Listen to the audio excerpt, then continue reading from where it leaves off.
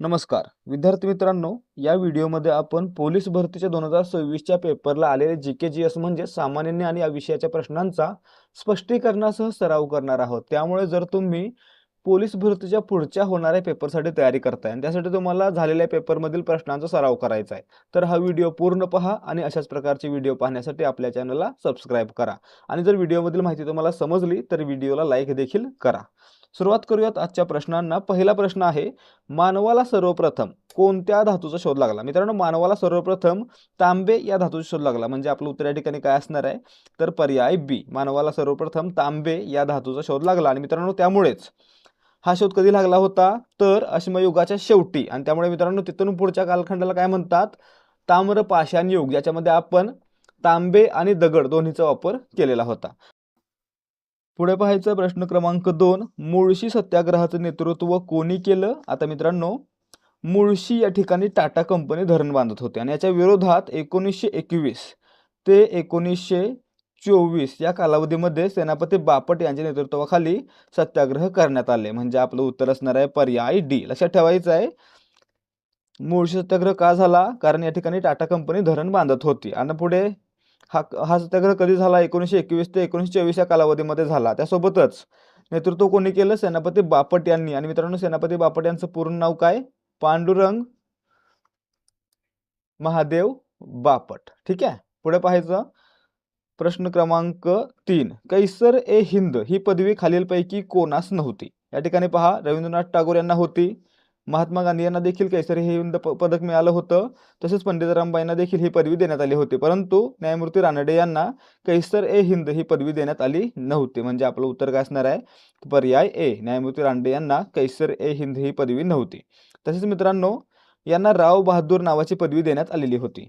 प्रश्न क्रमांक 4, खालीलपैकी कोणती भाषा भारताची अधिकृत भाषा नाही? भारताच्या अधिकृत भाषा कुठे आहेत मित्रांनो? भारतीय राज्यघटनेच्या 8व्या अनुसूचीमध्ये, 8व्या परिशिष्टामध्ये। आणि मित्रांनो, एकूण किती भाषा आहेत? 22 आहेत। त्यामध्ये संथाली आहे, सिंधी आहे, मारवाडी आहे, परंतु मराठी आहे, परंतु मारवाडी नाही। म्हणजे आपलं उत्तर काय असणार आहे? पर्याय डी, मारवाडी ही भारताची अधिकृत भाषा नाही किंवा 8व्या अनुसूचीतील 22 भाषांमध्ये याचा समावेश होत नाही। प्रश्न क्रमांक 5, वायफाय हे नेटवर्क कोणते आहे? या ठिकाणी पहा, वायफाय म्हणजे काय? Wireless Fidelity. आता म्हणजे हे काय झालं मित्रांनो? वायरलेस नेटवर्क झालं, बिनतारी यंत्रणा झाली। ठीक आहे, पर्याय सी आपलं उत्तर आहे। वायफायचं फुल फॉर्म लक्षात ठेवायचा, वायरलेस फिडेलिटी। प्रश्न क्रमांक 6, राज्यघटना कलम 360 नुसार आर्थिक आणीबाणीचे व्यवस्थापन करण्याची जबाबदारी कोणत्या विभागाची असते? या ठिकाणी पहा, जर भारतीय राज्यघटनेच्या कलम 360 नुसार आर्थिक आणीबाणी लागू करण्यात आली तर त्यावेळी जे आर्थिक व्यवस्थापन आहे ते व्यवस्थापन कोण करेल? तर आर्थिक व्यवहार विभाग। म्हणजे आपलं उत्तर असणार आहे पर्याय सी, इकॉनॉमिक अफेअर्स डिपार्टमेंट। ठीक आहे, आता मित्रांनो, 360 नुसार आर्थिक आणीबाणी लावली जाते आणि आतापर्यंत किती वेळा अशी आणीबाणी लावली गेलेली आहे? तर एकदाही नाही। आतापर्यंत कलम 360 नुसार एकदाही आर्थिक आणीबाणी लागू करण्यात आलेली नाही। प्रश्न क्रमांक 7, गुगलच्या होल्डिंग कंपनीला काय म्हणतात? मित्रांनो, गुगलची होल्डिंग किंवा पॅरेंट कंपनी कोणती आहे? तर तिचं नाव आहे अल्फाबेट। गुगलची पॅरेंट कंपनी आहे अल्फाबेट, पर्याय बी। आता या संबंधी विचारला जाणारा पुढचा महत्त्वाचा प्रश्न आहे, गुगल या कंपनीची स्थापना कोणी केली? आता मित्रांनो, यासारखे अनेक प्रश्न आपण आपल्या फ्री आणि पेड दोन्ही टेलिग्राम चॅनलवर भरपूर वेळा पाहिलेले आहेत। आणि मित्रांनो, जर तुम्हाला याचं उत्तर येत असेल, गुगलची स्थापना कोणी केली, तर कमेंट करून सांगा। आणि येत नसेल तर आपलं टेलिग्राम चॅनल जॉईन करा, लिंक डिस्क्रिप्शनमध्ये दिलेली आहे। आणि मित्रांनो, जर तुम्हाला पेड टेलिग्राम चॅनल जॉईन करायचं असेल तर ते कसं करायचं आहे? तर आपण काय देतोय? 60 रुपयांमध्ये 30 सराव प्रश्नपत्रिका पोलीस भरतीसाठी। आणि मित्रांनो, या प्रश्नपत्रिकांसोबत स्पष्टीकरण देखील आहे। तसेच आपण आपल्या टेलिग्राम चॅनलवर दररोज 400+ प्रश्न देतोय, ज्याच्यामध्ये सकाळी 50 चालू घडामोडी प्रश्न असतात, त्यानंतर एक मराठीचा टॉपिक असतो ज्याच्यावर आपण 150 ते 200 प्रश्न घेतो, त्यानंतर तिसरा विषय असतो मिक्स मराठी आणि जीके, याच्यामध्ये आपण जवळजवळ 200 प्रश्न घेतो। आणि मित्रांनो, रात्रीनंतर याच्यावर आपण 100 जीकेचे प्रश्न घेतो। अशा प्रकारे दररोज 400+ प्रश्नांचा सराव आपण या पेड टेलिग्राम चॅनलवर करत आहोत। आणि मित्रांनो, हे तुम्हाला कसं मिळणार आहे? फक्त 60 रुपयांचा 30 प्रश्नपत्रिकांचा संच खरेदी करायचा आहे. तो खरेदी केल्यावर तुम्हाला लगेचच आपल्या या पेड टेलिग्राम चॅनलवर ॲड केलं जाईल, जेणेकरून तुम्हाला लवकरात लवकर पोलीस भरतीच्या महत्त्वाच्या पेपरसाठी तयारी करता येईल. आणि मित्रांनो, या पेड टेलिग्राम चॅनलवरचे सर्वचे सर्व प्रश्न आपल्या पोलीस भरतीला विचारण्यात आलेले होते किंवा विचारण्यात येतील. आता जर आपण नवी मुंबईच्या पेपरचा विचार केला तर नवी मुंबईच्या पेपरमध्ये आपले 40 प्रश्न आले होते. ठीक आहे, जीके आणि मराठीचे मिळून 40 प्रश्न आपल्या नवी मुंबईच्या पेपरला आपल्या या पेड टेलिग्राम चॅनलवरून आले होते. त्यामुळे जर तुम्हाला मुंबईसाठी किंवा नागपूरसाठी महत्त्वाच्या प्रश्नांचा सराव करायचा आहे तर नक्कीच तुमच्यासाठी हे पेड टेलिग्राम चॅनल खूपच फायदेशीर ठरू शकतं. त्यामुळे लवकरात लवकर खरेदी करा. खरेदी कसं करायचं आहे हे आपण डिस्क्रिप्शनमध्ये सांगितलेलं आहे. प्रश्न क्रमांक 8. रस्ता सुरक्षा सप्ताह कोणत्या महिन्यात साजरा केला जातो? दरवर्षी जानेवारी महिन्यामध्ये रस्ता सुरक्षा सप्ताह साजरा केला जातो, म्हणजे आपलं उत्तर पर्याय डी असणार आहे. प्रश्न क्रमांक 9. जंतर मंतर कोणत्या शहरात आहे? मित्रांनो, जंतर मंतर नावाची इमारत विचारलं की जंतर मंतर हे कुठं आहे? जयपूरमध्ये आहे, म्हणजे आपलं उत्तर पर्याय ए. जयपूर कुठे आहे? राजस्थानमध्ये आहे.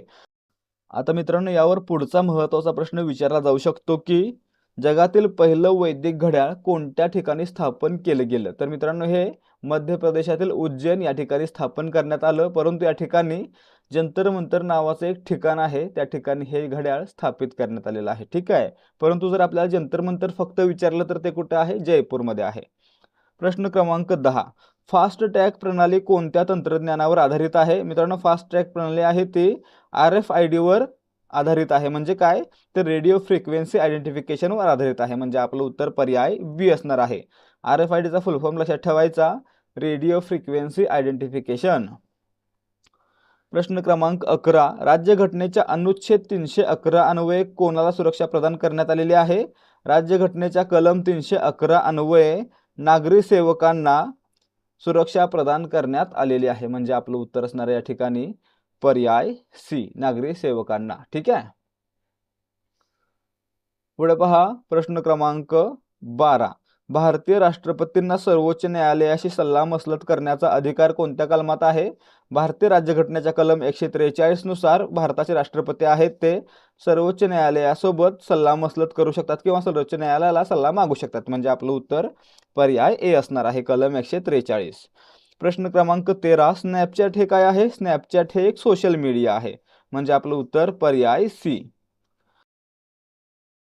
पुढे पहा. प्रश्न क्रमांक 14. लिंबाच्या रसात कोणते ऍसिड असते? मित्रांनो, लिंबू, संत्री, मोसंबी यांच्यामध्ये सायट्रिक ऍसिड असतं, म्हणजे आपलं उत्तर पर्याय ए असणार आहे, सायट्रिक ऍसिड. तर मित्रांनो, लॅक्टिक ऍसिड कशामध्ये असतं? दूध, दही, ताक. टार्टारिक कशामध्ये असतं? चिंचेमध्ये असतं. आणि ऍसिटिक ऍसिड व्हिनेगारमध्ये असतं किंवा इतर व्हिनेगार सारख्या पदार्थामध्ये असतं. तर मित्रांनो, आणखी एक राहिला आवळा. आवळ्यामध्ये कोणतं असतं? आवळ्यामध्ये ॲस्कॉर्बिक ऍसिड असतं, म्हणजेच व्हिटॅमिन सीचं प्रमाण मोठ्या प्रमाणात असतं. ठीक आहे, पुढे पहा. प्रश्न क्रमांक 15. टिळकांना लोकमान्य ही पदवी कोणी दिली? मित्रांनो, टिळकांना लोकमान्य पदवी आहे ती जनतेने दिलेली आहे. कोणी? जनतेने, म्हणजे पर्याय डी आपलं उत्तर आहे. प्रश्न क्रमांक 16. NHAI या संस्थेच्या नावाचे पूर्ण रूप काय आहे? National highway authority of India, म्हणजे पर्याय ए. प्रश्न क्रमांक 17. पंडित रविशंकर हे खालीलपैकी कशाशी संबंधित आहेत? तर मित्रांनो, पंडित रविशंकर कोण आहेत? तर एक सतार वादक आहेत, म्हणजे आपलं उत्तर काय असणार आहे? पर्याय डी, सितार किंवा सतार वादक आहेत. प्रश्न क्रमांक 18. डी गुकेश ही खेळाडू कोणत्या खेळाशी संबंधित आहे? मित्रांनो, डी गुकेश हा खेळाडू ही नाही, हा आहे तो, त्याचं नाव काय पूर्ण? दोम्माराजू गुकेश. हा अत्यंत प्रभावी आणि तरुण बुद्धिबळ खेळाडू आहे, म्हणजे आपलं उत्तर काय असणार आहे? पर्याय सी, चेस म्हणजेच बुद्धिबळ. डी गुकेश कोणत्या राज्याचा आहे? तर हा तामिळनाडू या राज्याचा आहे. पुढे पहा.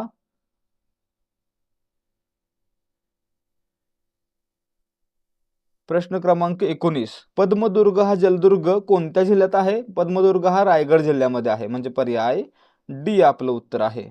प्रश्न क्रमांक 20. बांगलादेश स्वतंत्र झाला त्यावेळी पाकिस्तानात कोण सत्तेवर होते?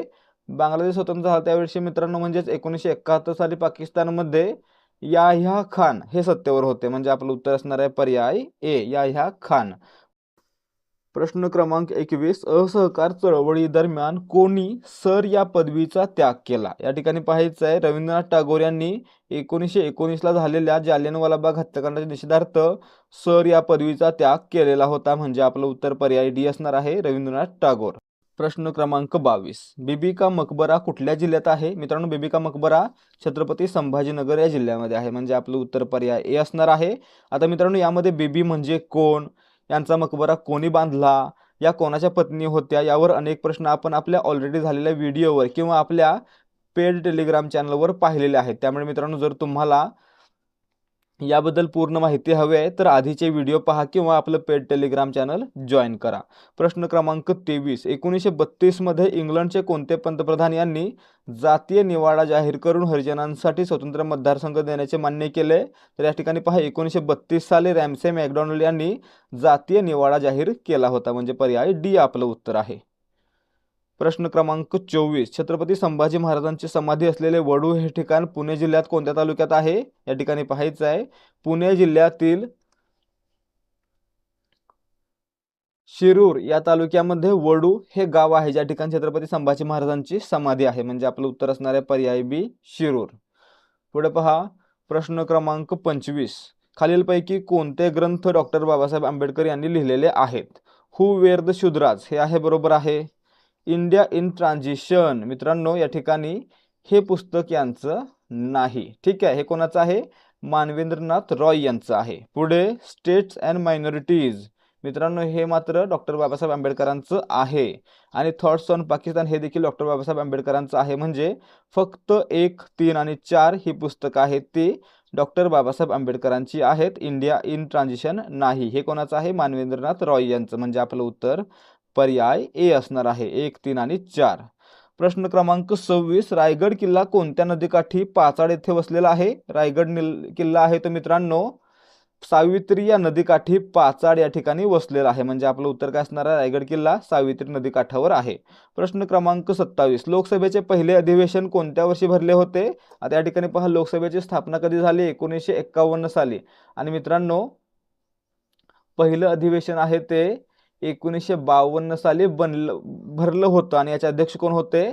तर लोकसभेचे सभापती गणेश वासुदेव मावळणकर. ठीक आहे, म्हणजे आपलं उत्तर असणार आहे पर्याय डी, 1952 साली लोकसभेचं पहिलं अधिवेशन भरलेलं होतं.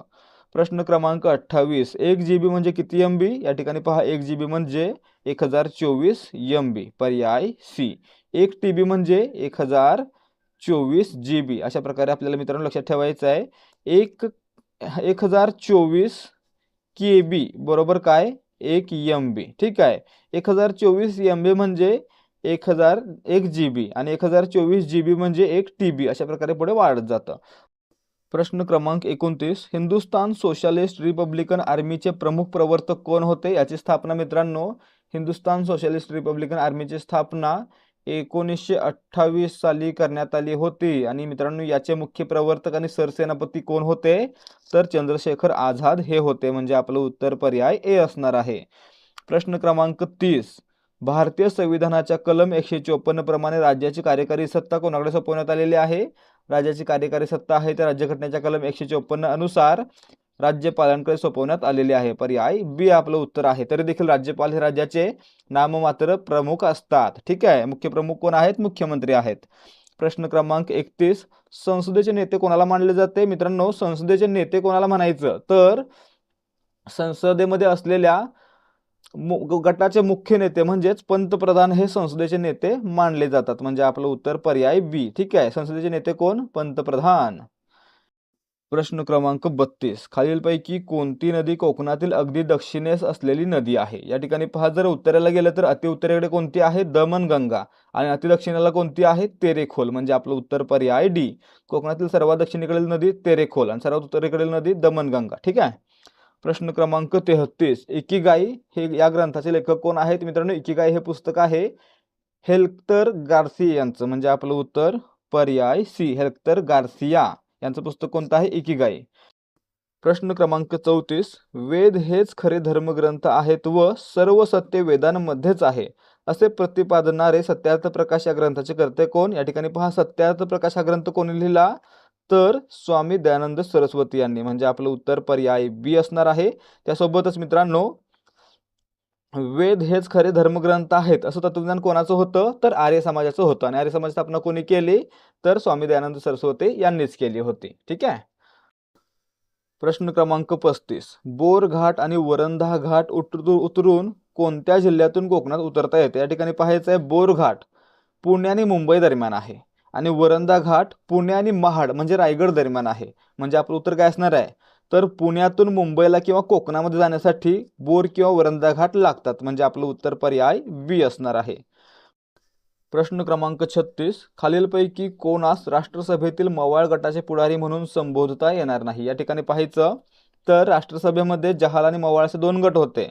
मवाळ गटामध्ये प्रमुख नेते कोण होते, गोपालकृष्ण गोखले. परंतु जहाल गटामध्ये कोण होते, लाल बाळ पाळ म्हणजेच लाला लजपत राय, बाळ गंगाधर टिळक आणि बिपिनचंद्र पाल. आणि मित्रांनो, या तिघांचे अनुयायी कोण होते, अरविंद घोष. म्हणजे या ठिकाणी काय झालं, अरविंद घोष हे मवाळ गटाचे नसून जहाल गटाचे होते. म्हणजे आपलं उत्तर पर्याय बी असणार आहे. इतर तीन मवाळ गटाचे होते.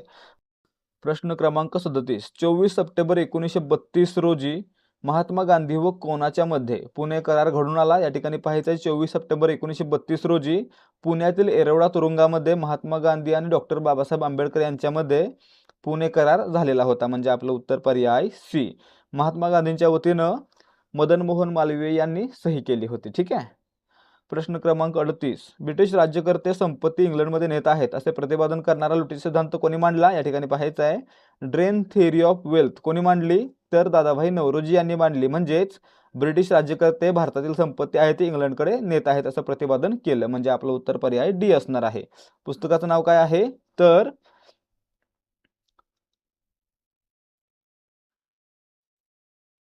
Poverty and un British rule in India या पुस्तकामध्ये त्यांनी ड्रेन थेअरी ऑफ वेल्थ म्हणजे लुटीचा सिद्धांत मांडलेला होता.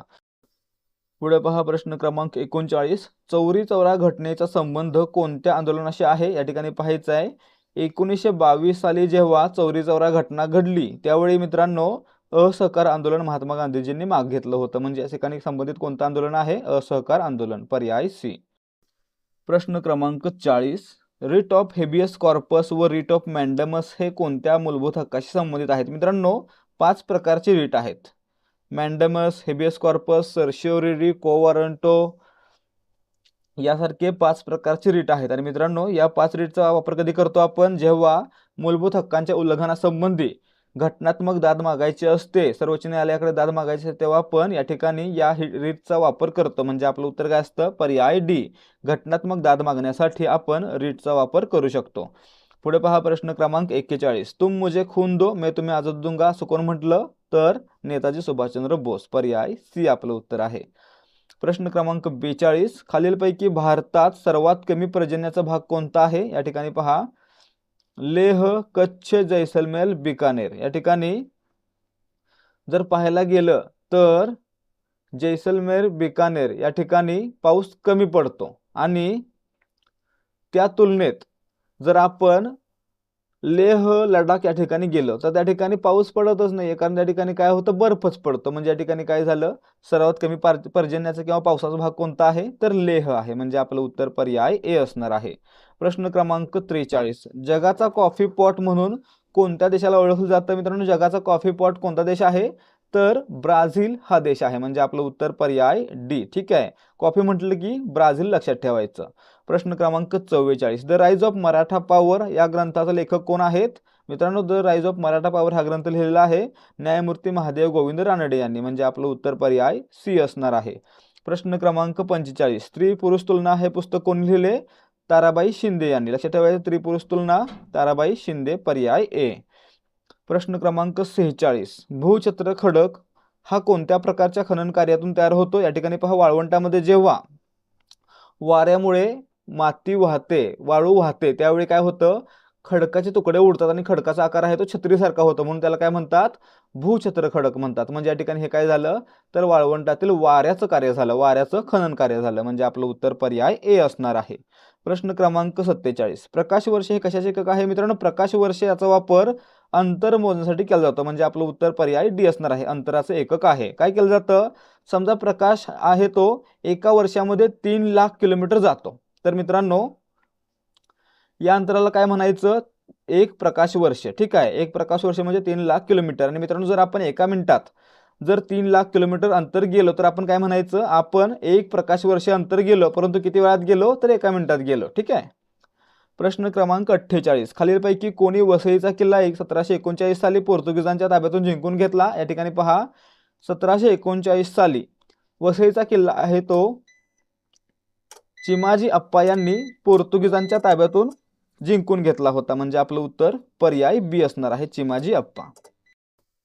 प्रश्न क्रमांक 49. महाराष्ट्र राज्याच्या पोलीस ध्वजावर अभय निर्देशक असे कोणते चित्र आहे? मित्रांनो, अभय निर्देशक म्हटलं काय लक्षात ठेवायचं? हाताचा पंजा. महाराष्ट्र पोलीस दलाच्या ध्वजावर हाताचा पंजा हा अभय निर्देशक चित्र आहे. म्हणजे आपलं उत्तर पर्याय ए असणार आहे. तर मित्रांनो, पुढचा प्रश्न आहे प्रश्न क्रमांक 50. भारतातील एकमेव जिवंत ज्वालामुखी कोणता? बॅरन बेटावर आहे, अंदमान निकोबार बेटांमध्ये. म्हणजे आपलं उत्तर पर्याय बी, बॅरन हा भारतातील एकमेव जिवंत ज्वालामुखी आहे. तर विद्यार्थी मित्रांनो, या ठिकाणी आजचे प्रश्न समाप्त होत आहे. जर तुम्हाला आजच्या प्रश्नांचे उत्तर समजले असतील आणि स्पष्टीकरण आवडलं असेल तर व्हिडिओला लाईक करा आणि याच प्रकारचे व्हिडिओ पाहण्यासाठी आपल्या चॅनलला सबस्क्राईब करा. भेटूयात पुढच्या भागामध्ये. जय हिंद, जय भारत आणि जय महाराष्ट्र.